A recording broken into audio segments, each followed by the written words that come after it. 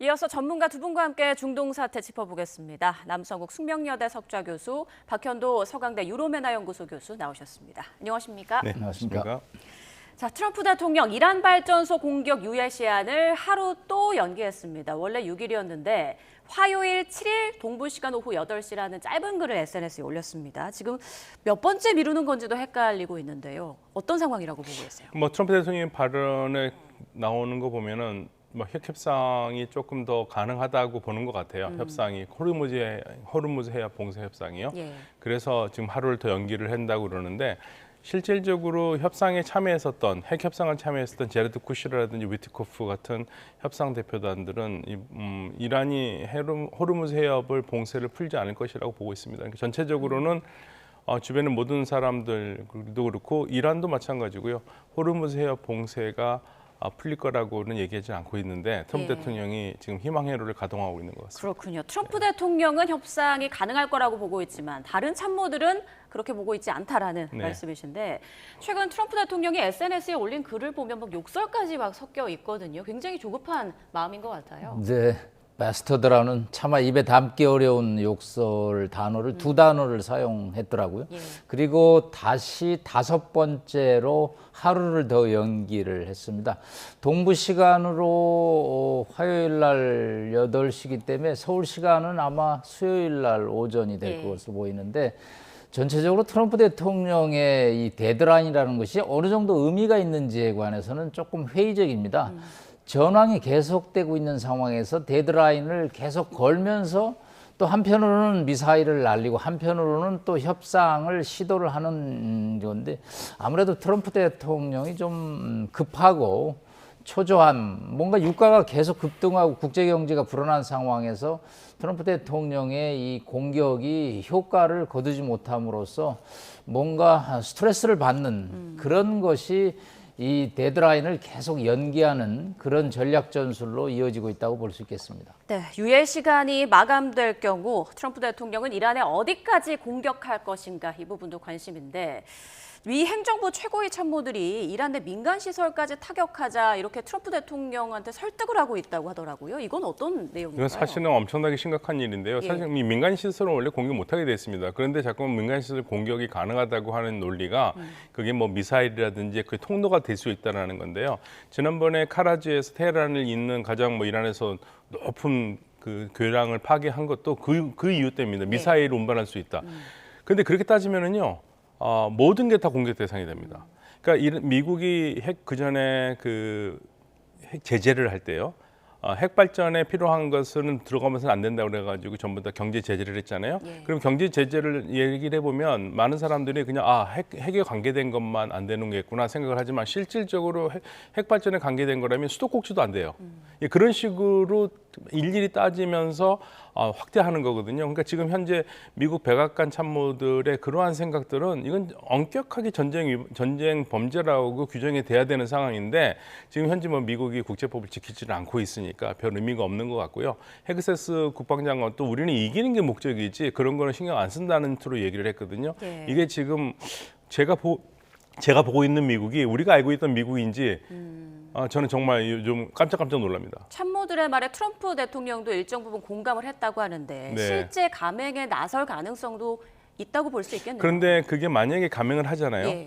그러면 성공을 하겠죠. 왜냐하면 압도적인 군사력이 있으니까요. 그렇지만 이란이 가만히 있지는 않을 거거든요. 이란도 주변 국가들을 공격을 할 거고 그렇게 되면 누가 잃는 게 더 많으냐. 저는 주변 국가들 때문에 미국이 잃는 게 더 많다고 생각합니다. 그러니까 이란은 오히려 이런 상태로 가면은 유가는 더 오를 거고요. 트럼프 대통령은 사실은 경제가 더 어려워지기 때문에 쉽게 결정하기는 어려운 상황이라고 봅니다. 이란은 공격에 상응하는 보복을 하겠다면서 미국 소유, 미국 관련 시설을 표적으로 삼겠다라고 예고를 했습니다. 눈에는 눈, 이에는 이식으로 지금 맞서고 있는 그런 모습인데 맞대응 공격은 전쟁 범죄에 합당한 조치라는 걸 좀 강조하고 있는 것 같아요. 네, 제네바 협약이라는 게 있습니다. 국제인도법이라고 해서 전쟁 중이라도 민간인 시설에 대한 공격은 최소한으로 이루어져야 되고 또 비례성의 원칙으로 민간인 부분에 대한 공격이 전시 부분보다 더 많으면 안 된다는 것이 원칙입니다. 그런데 전쟁 중에 어느 국가든지 이 제네바 협약을 완벽하게 지키지는 않고요. 지금 이제 트럼프 대통령이 강조하는 스톤에이지 석기 시대의 표현인데 전체적으로 석기 시대는 뭐 이동할 수 없고 전력을 쓸 수 없죠. 그래서 결국은 가스나 화력 발전소 또 기타 등등 도로 교량을 이제 폭발을 하는 시나리오를 지금 내놓고 있는데 전체적으로 뭐 트럼프 대통령 입장에서는 협상이 자신이 정한 시한대로 이루어지지 않기 때문에 이제 참모들의 요청을 받아서 민간인 시설에도 공격을 가하는 그런 시나리오가 나오고 있는데 아마 한 2, 3주 정도는 서로의 치열한 군사 공방전이 이루어질 수밖에 없고 이제 5월 14, 15에 트럼프 대통령의 방중이 있기 때문에 돌파구 출구를 찾는 어느 정도의 뭐 승리 선언으로 이 전쟁이 서서히 단계적으로 축소되지 않을까 전망을 하고 싶습니다. 네, 그러면 교수님께서도 트럼프 대통령이 말했던 뭐 내일 안에 협상이 될 것이다. 이 부분은 가능성이 낮다고 보시는 거죠? 네, 파키스탄이라든가 뭐 중국까지 최근에는 나서서 협상 중재를 하고 있습니다만은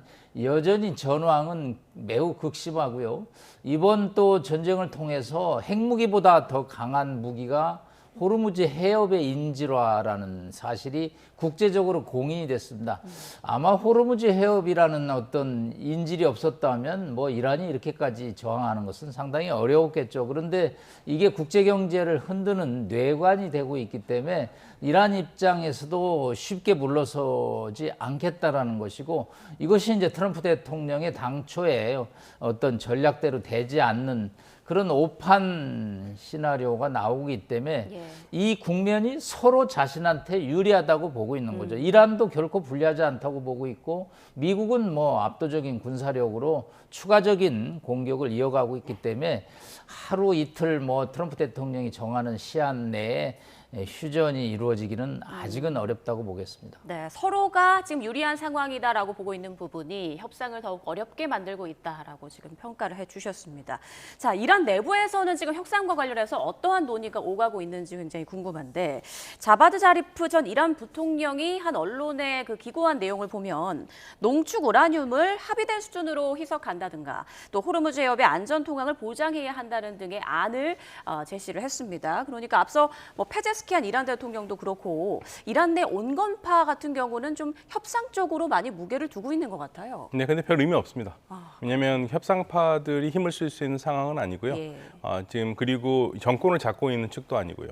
이미 정권을 놓친 지가 꽤 오래됐고 그동안에 트럼프 대통령이 사실은 2018년 5월 8일에 제재를 다시 부과하면서 이란은 완전히 보수파로 완전히 물갈이를 했거든요. 그러니까 지금 상황에서 자리프 전 외교장관이라든지 뭐 페제시키안 대통령, 뭐 루하니 전 대통령이 얘기는 굉장히 우리 듣기는 참 좋고 마음은 따뜻한데 그 말이 그냥 그 정도까지만 되고요. 이란은 뭐 우리 교수님께서 말씀하셨듯이 물러서지 않습니다. 네, 뭐 지금 버티면 이긴다고 생각하기 때문에 버틸 거고요. 오히려 지금 사실은 트럼프 대통령이 더 급합니다. 지금 미국의 경유 1리터 그 1갤론 가격이 8달러를 넘어서거든요. 이렇게 되면은 미국의 물류가 스탑될 수밖에 없어요. 어마어마하게 돈이 많이 듭니다. 예를 들면 그 우리가 큰 트럭 있지 않습니까? 트럭 하나 다 채우는데 드는 돈이 거의 1,000달러, 150만 원이 들어요. 이거를 감당할 수가 없거든요. 그렇기 때문에 만약에 공격을 하고 시간이 흐를수록 유가는 더 올라갈 거고 그럼 미국 시장에도 반영이 될 수밖에 없기 때문에 이건 트럼프 대통령이 쉽게 못 움직일 거고요. 미국 국민들도 이번에 깨달았습니다. 이런 얘기들을 많이 해요. 우리 미국이 그 에너지 자급자족이 되는 나라라며 왜 그런데 우리는 오르냐 그러는데 미국 유가도 역시 국제 유가와 연결되어 있거든요. 그러니까 안 오를 수가 없습니다. 그렇기 때문에 트럼프 대통령이 그것 때문에라도 더 공격하기는 쉽지 않을 거라는 그러한 희망을 가져봅니다. 그러니까 새 이란 지도부는 절대 굽히지 않을 것이다라고 말씀해 주셨는데 굽혀서 얻을 게 없어요. 네. 지금 상황에서는 제가 만약에 이란 지도자라도요. 저는 지금 그냥 갑니다. 왜냐하면 지금 이 상황은 더 유례다 상황을 판단하고 있기 때문에. 그러면 미국 쪽에서 어느 정도로 양보했을 때 그 협상을 좀 받아들이고 종전에 합의를 할까요? 어떻게 보세요? 지금 사실 굉장히 많이 공격을 했거든요. 공격 목표는 다 달성해도 남았어요. 그러니까 트럼프 대통령이 그냥 여기서 그냥 우리가 이겼다. 그리고 호르무즈 해협은 지금 내가 지난번에 말한 것처럼 필요한 나라들이 알아서 해라. 그게 나가는 게 제일 좋습니다. 그러면 전쟁 끝납니다. 이란은 공격 못합니다. 그러면. 예. 그러니까 이란은요 약자기 때문에 맞은 만큼만 공격을 하지 먼저 선제 공격을 할 수가 없어요. 그렇기 때문에 이거는 트럼프 대통령이 그냥 승전 선언하고 나가는 게 저는 제가 봤을 때 가장 깔끔한 출구 전략입니다. 트럼프 대통령이 일단 이란에서 떠나면 더 이상의 이란의 공격은 없을 것이다라는 네. 말씀이시군요. 자, 이런 가운데 미국이 이란 상공에서 격추된 F-15E 전투기에 타고 있던 실종된 무기 담당 장교를 구출하는 데 성공한 것으로 알려지고 있죠. 실종자가 비상 탈출한 뒤에 그 산악지대 바위 틈에서 숨어 있었다고 하는데 이란의 산악지대가 굉장히 좀 복잡하고 험해서 찾기가 굉장히 어려웠다 이런 얘기도 전해지더라고요. 이 구출 작전에 대한 얘기 좀 어떻게 보셨습니까? 네, 전쟁을 하다 보면 이제 이런 포로 문제가 굉장히 쟁점이 되는데 이게 왜 뉴스가 크게 부각이 되냐면 79년에 테헤란에 있는 주 미국 대사관을 이제 혁명 수비대가 인질을 붙잡고 444일을 그 당시에 이제 억류를 했죠. 그렇기 때문에 이제 미국 입장에서는 이번에 이 무기관제 대령입니다. 이 사람을 구출하느냐 못하느냐가 향후 또 협상에 상당한 변수가 되고 있기 때문에 총력을 기울였고요. 또 이것이 뭐 하나의 스토리가 돼서 라이언 일병 구하기라는 이제 미국은 전 세계에서 미군이 어디에 있더라도 You are not forgotten. 우리는 당신을 버리지 않는다라는 이제 캐치프레이즈 아래 대규모 작전을 수행했고요. 이제 조종사들은 비상 탈출할 때 몸에 이제 권총 한 자루하고 생존 키트를 합니다. 그래서 생존 키트를 통해서 이제 무선 교신을 하고 그것을 이제 위치를 파악을 하는 거죠. 그런데 이제 36시간 동안 산악지대에서 해발 한 2,000m 고지에서 이제 은닉을 했었고요. 뭐 이스라엘과 미군이 이제 공동 작전을 수행했고 이 작전 과정에서 미국의 수송기 2대가 이제 일종의 뭐 격추가 됐다고 그러는데 미군 입장에서는 폭발을 했다라는 표현을 쓰고 있습니다. 하여튼 이제 두 가지를 저희가 이번에 느꼈습니다. 미국 정말 대단하다. 네이비실 작전을 통해서 이 이란 내부의 지역이 침투해서 자국에 추락된 조종사를 구해내는 미국의 이 작전은 정말 어느 나라도 흉내내기 어렵다는 표현을 합니다.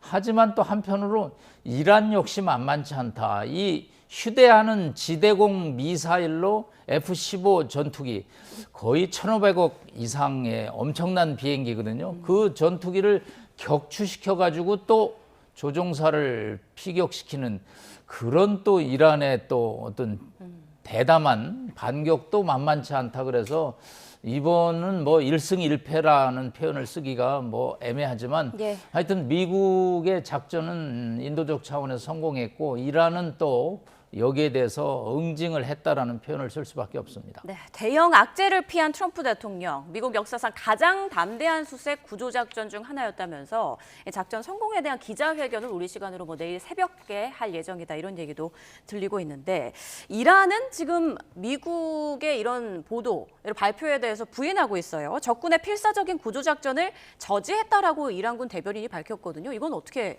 봐야 될까요? 그러니까요. 제일 처음부터 나왔던 얘기가 이란 쪽에서 이미 조종사를 확보했다는 얘기가 나왔었어요. 그러면서 뭐 AI로 만든 건지 모르겠는데 동영상도 올라왔었고요. 주민들이 보호하고 있는 영상도 나왔고. 그래서 지금 굉장히 혼란스러운데 일단 뭐 미국 발표가 맞다고 봐야겠죠. 그런데 이제 가장 좋은 거는 미군 조종사가 직접 인터뷰를 나와서 해준 게 제일 좋은데 아마 지금 약간 중상이라는 보도도 있습니다. 그러니까 이란으로서는 사실은 뼈 아프죠. 만약에 자기 그 이란 쪽에 있었는데 그거를 이란 쪽에서 라포하지 못했다는 것은 뼈 아프기 때문에 그 대신 지금 계속 나오는 게 우리가 비행기를 많이 떨어뜨렸다. 그 얘기를 하고 있습니다. 근데 이제 문제는 이번 작전에서 드러난 게 실질적으로 이란이 방공망이 다 와야 됐다고 얘기를 했거든요. 그러면 어떻게 와야 되는데 이런 식으로 가능했냐에 대해서 이스라엘 분석이 하나 나온 게 있습니다. 간단히 소개드리면요. 이 고정된 레이더는 다 파괴가 됐는데 이동식으로 움직이고 있고 그리고 레이더를 쏠 때 상대방이 이쪽의 레이더 위치를 알 수 있는 그러한 방법을 쓰지 않고 새로운 방식으로 하기 때문에 상대방이 이란 쪽에 레이더를 쏘고 있다는 걸 모르는 상태에서 비행기가 지금 계속 격추된다는 얘기거든요. 그러니까 이거는 앞으로 미국이 제한적인 지상전을 한다 하더라도 굉장히 쉽지 않을 거라고 얘기를 하고 있고요. 그래서 이번 전쟁에서 이스라엘 공군기도 1차전과는 달리 상당히 조심스러운 그 자세로 이란의 영공에 들어가고 있다고 얘기를 하고 있습니다. 네, 어찌됐건 이번 실종자가 만약에 미국에 의해서 구출된 게 사실이라면 이란 측으로서는 사기가 조금 저하될 수 있는 그런 부분이 될까요? 네, 그런데 그 부분을 여러 가지로 모면할 수 있는 게 비행기를 많이 떨어뜨렸다고 얘기를 하지 않습니까? 예. 그리고 어떤 보도에 따르면 미국 쪽에 얘기 나오는 거 보면은 미군이 이렇게 하루에 이렇게 많은 비행기가 떨어진 거는 베트남 전쟁 이래 처음이라는 그런 얘기까지 나와요. 그러니까 예. 이란은 그걸만 가지고도 굉장히 자랑할 수 있는 거기 때문에 비행 조종사를 놓친 건 아쉽죠. 왜냐하면 조종사를 잡고 있었으면 전황이 완전히 달라지거든요. 그렇죠. 예, 그건 아쉽지만 그래도 우리는 다른 게 있기 때문에 그거를 슬쩍 지금 뭐라고 그럴까요? 화장을 잘 하고 있습니다. 예. 네. 자, 호르무즈 해협 상황도 보겠습니다. 이란이 지금 오만과 함께 호르무즈 해협의 선박 통항을 감시하는 새로운 프로토콜을 만들고 있는 것으로 알려지고 있는데 결국 이란이 해협 통제권을 굳히고 있는 수순을 밟고 있다. 뭐 이렇게 볼 수 있을까요? 네, 뭐 오만은 이란과의 관계에 있어서 협력 국가이기도 하지만 또 경쟁 국가이기도 합니다. 예. 이란 입장에서는 오만이 미국 측에 완전히 협조를 한다면 해협 통제에 구멍이 생길 수가 있다는 것이죠. 그렇기 때문에 프로토콜이라는 협력 체제를 만들어서 현행의 선별적 통제 시스템을 계속 유지하겠다는 것이죠. 지금 일부 선박들, 일본 선박도 두 척이 빠져나왔는데 예. 오만 측에 바싹 붙어서 선박들이 이동을 하고 있거든요. 그런데 이제 만약에 오만이 미국 측의 요청을 받아들여서 선박들을 완전히 통과를 허용한다면 이란의 봉쇄가 효과가 반감이 되기 때문에 이란 입장에서는 오만과 협력하는 체제를 통해서 호르무즈 해협에 대한 통제를 여전히 유지하고 싶은 전략을 사용하고 있습니다. 네, 말씀하신 대로 지금 뭐 일본, 이라크 일부 유럽 국가들의 선박이 이쪽을 지난 것으로 지금 알려지고 있는데 우리의 선박도 그러면 좀 협의를 해서 통과를 할 그럴 가능성도 있을까요? 네, 이재명 대통령이 비상국무회의에서 뭐 이란에 인도적인 지원을 해서라도 우리 측 선박을 구출을 하자는 표현을 썼다라고 합니다. 예. 물론 인도적인 이제 물품을 실은 선박은 통행을 시키겠다는 것이 이란 당국의 입장인데 한국과 이란 관계가 그렇게 아주 이렇게 명쾌하지는 않습니다.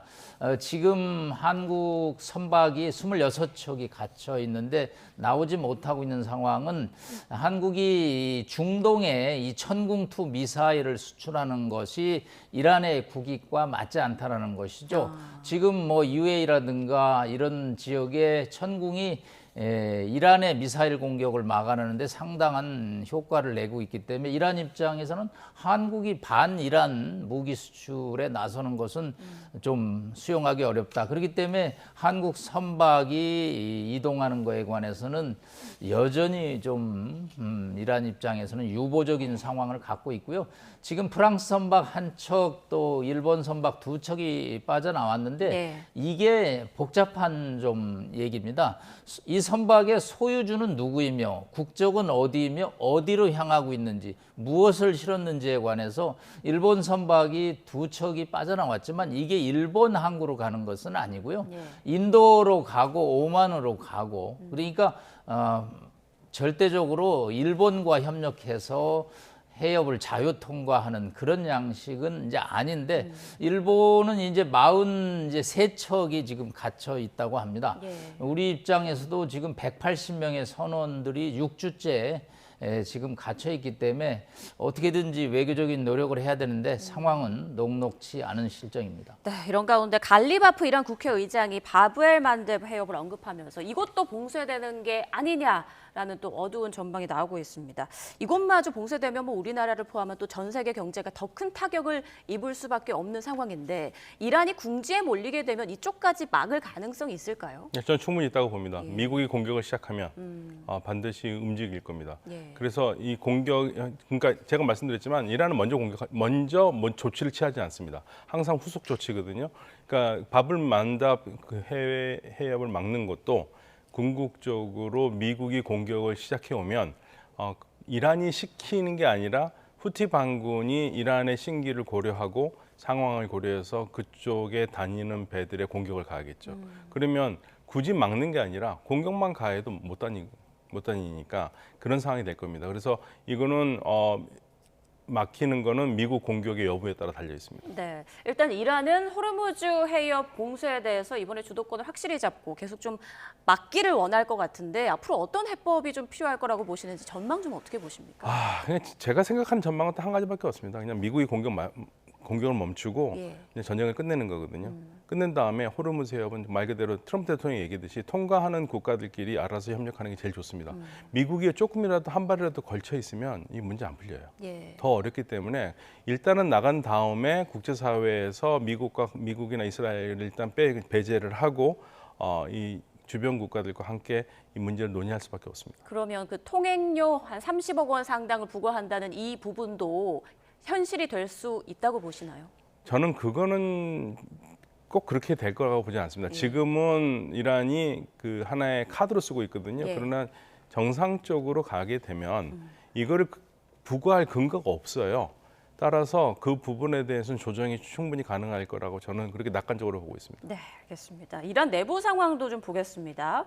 이란 정부가 지금 전쟁 중임에도 불구하고 반정부 시위자들을 연쇄 처형하고 있다라는 보도가 나왔습니다. 그러니까 내부 봉기를 철저히 차단하겠다 뭐 이런 의지가 드러난 것 같은데 우려스럽네요. 네, 이런 내부는 우리 박 교수님이 전문가시긴 한데 이 신정 체제 국가인데 저희가 외신 자료를 보면 한 20%의 상위 그룹이 경제, 정치, 종교 공동체를 이루고 있는 것 같습니다. 그러니까 이란 내부에서 혁명 수비대에 반대하는 또 사람들도 상당수가 있다고 하죠. 그러다 보니까 이 전쟁 중에 반대 목소리를 나올 수밖에 없는데 그거에 대해서 이란 수비대 입장에서는 용납할 수 없다는 것이죠. 네. 지금 이스라엘도 이제 반전쟁 시위가 나오고 있기 때문에 양측 전쟁 주도 세력들은 그런 반대 목소리를 아주 강력하게 진압하는 그런 양상인 것 같은데 뭐 이란이라는 이 체제가 다른 나라들하고는 다른 독특한 체제이기 때문에 이 반정부 목소리가 표면화돼서 신정 체제를 뒤엎는 일은 좀 어려울 것으로 보고요. 이 전쟁의 종말 끝은 어디냐에 관해서 결국은 91년에 이락 전쟁일 때 6주 전쟁했는데 총소리가 완전히 멈추는데 기록상 8년이 걸렸다라는 기록이 나옵니다. 그렇기 때문에 이게 이제 어떻게 끝이 날까에 관해서는 해협의 문제가 남아 있는데 이란 입장에서는 이번 전쟁을 통해서 이 해협이 생각보다 강력한 무기라는 걸 인식했기 때문에 뭐 200만 달러, 30억 원의 뭐 통학료가 얘기했지만 그 정도까지는 아니더라도 여러 가지 기뢰, 환경오염 등 비용 징수는 이란 정부가 굉장한 유혹을 받을 것으로 보입니다. 예. 자연적이고 법적인 권리를 통해서 뭐 다른 해협도 일부 환경오염 방지 비용을 받거든요. 그렇기 때문에 이란 정부 입장에서는 복구도 해야 되고 돈이 많이 필요하기 때문에 이 문제를 둘러싸고 갈등은 여전히 지속될 것으로 보입니다. 네, 박현도 교수님께서는 이란 내부 여론 분위기 좀 어떻게 파악하고 계세요? 이란이 지금 계속적으로 단속하고 있는 거는요. 전시기 때문에 조금이라도 반정부 발언을 하거나 정부의 비판을 한 발언은 미국이나 이스라엘의 스파이로 볼 수 있는 아주 근거가 되거든요. 그래서 그런 부분에서 지금 계속적으로 단속을 하고 있고 특히 이란의 매체에서 상황을 파악을 해보면 많은 부분에서 이스라엘 스파이, 뭐 미국 스파이가 잡혔다고 얘기를 하고 있습니다. 그러니까 이게 구분이 굉장히 불가능하죠. 이게 진짜 순수한 반정부 시위자들인지 이란 정부 말하는 대로 스파이에 연결되는지 알 수는 없지만 지금 현재는 이란 정부로서는 너무나 좋은 상황입니다. 반정부 시위가 나면은 스파이로 모를 수 있기 때문에 네. 그리고 이미 전쟁 시작할 때요. 만약에 조금이라도 국가에 반대하는 목소리를 내면은 그리고 반정부적인 발언을 하고 그러면 적군으로 간주하겠다고 이미 전쟁 초기에 얘기를 했어요. 그러니까 예. 그거를 계속하고 있는 거고. 근데 지금 왜 갑자기 이런 얘기가 나오느냐? 최근에 테헤란에서 약간 시위가 있었어요. 놀랍게도. 아마 그것 때문에 그런 것 같습니다. 내부 단속이 더 들어가기 시작한 것 같습니다. 예. 네. 자, 이번에 마지막 질문이 될 것 같습니다. 앞서 박현도 교수님께서는 지금 트럼프 대통령이 우리의 목표는 이제 이뤘다라고 종전 선언을 하고 이란을 떠나면 이란 더 이상 공격을 하지 않을 것이고 그렇게 전쟁이 끝나는 게 하나의 출구 전략일 것이다라고 말씀해 주셨어요. 남 교수님께서는 지금으로서 미국의 출구 전략 어떤 게 가장 가능성이 높다고 보시는지요? 네, 뭐 한 몇 가지 시나리오는 있습니다만 이제 전쟁은 서로 물러서야 되는데 누가 먼저 물러서면 겁쟁이가 되거든요. 이게 예. 이제 치킨 게임이라는 국제 정치 이론이죠. 미국과 이란 양측이 다 우리는 겁쟁이가 아니고 우리는 계속 밀어붙이겠다라는 입장이죠. 그러나 전쟁을 지속하는 한 양측의 피해는 늘어갈 수밖에 없고요. 트럼프 대통령 명분을 확보하는데 총력을 다할 것으로 보입니다. 예. 아마 5월 달에 중국도 가야 되고 이 전쟁이 4월 내내 계속된다라는 것은 여러 가지 경제 위기를 가속하는데 어떻게 승리 선언의 모멘텀을 잡을 것인지 그 여러 가지 시나리오 중에 하나는 아마 어떤 목표물을 하나 공격을 하고 예. 발전소라든가 뭐 하르그섬 인근을 그래서 우리가 이겼다라고 일단 휴전을 일방적으로 승리 선언을 하는 시나리오. 그러면서 뭐 자연스럽게 박 교수님 말씀하신 대로 이란도 뭐 보복은 하겠지만 저렇게 승리 선언을 했는데 구태여 또 여전히 미흡한 군사력을 가지고 대응하는 것은 한계가 있기 때문에 이제 자연스럽게 소강 상태에 들어가면서 호르무즈 해협을 어떻게 여느냐 그게 이제 중대한 과제가 아마 남아 있을 것으로 보입니다. 네, 또 한 번 공격 유예 시한을 미룬 트럼프 대통령, 그 공격 시한인 7일 앞뒤로 또 어떤 일이 벌어질지 계속 좀 상황을 봐야겠습니다. 지금까지 남성욱 숙명여대 석좌 교수, 박현도 서강대 유로메나 연구소 교수와 함께했습니다. 고맙습니다. 네. 감사합니다.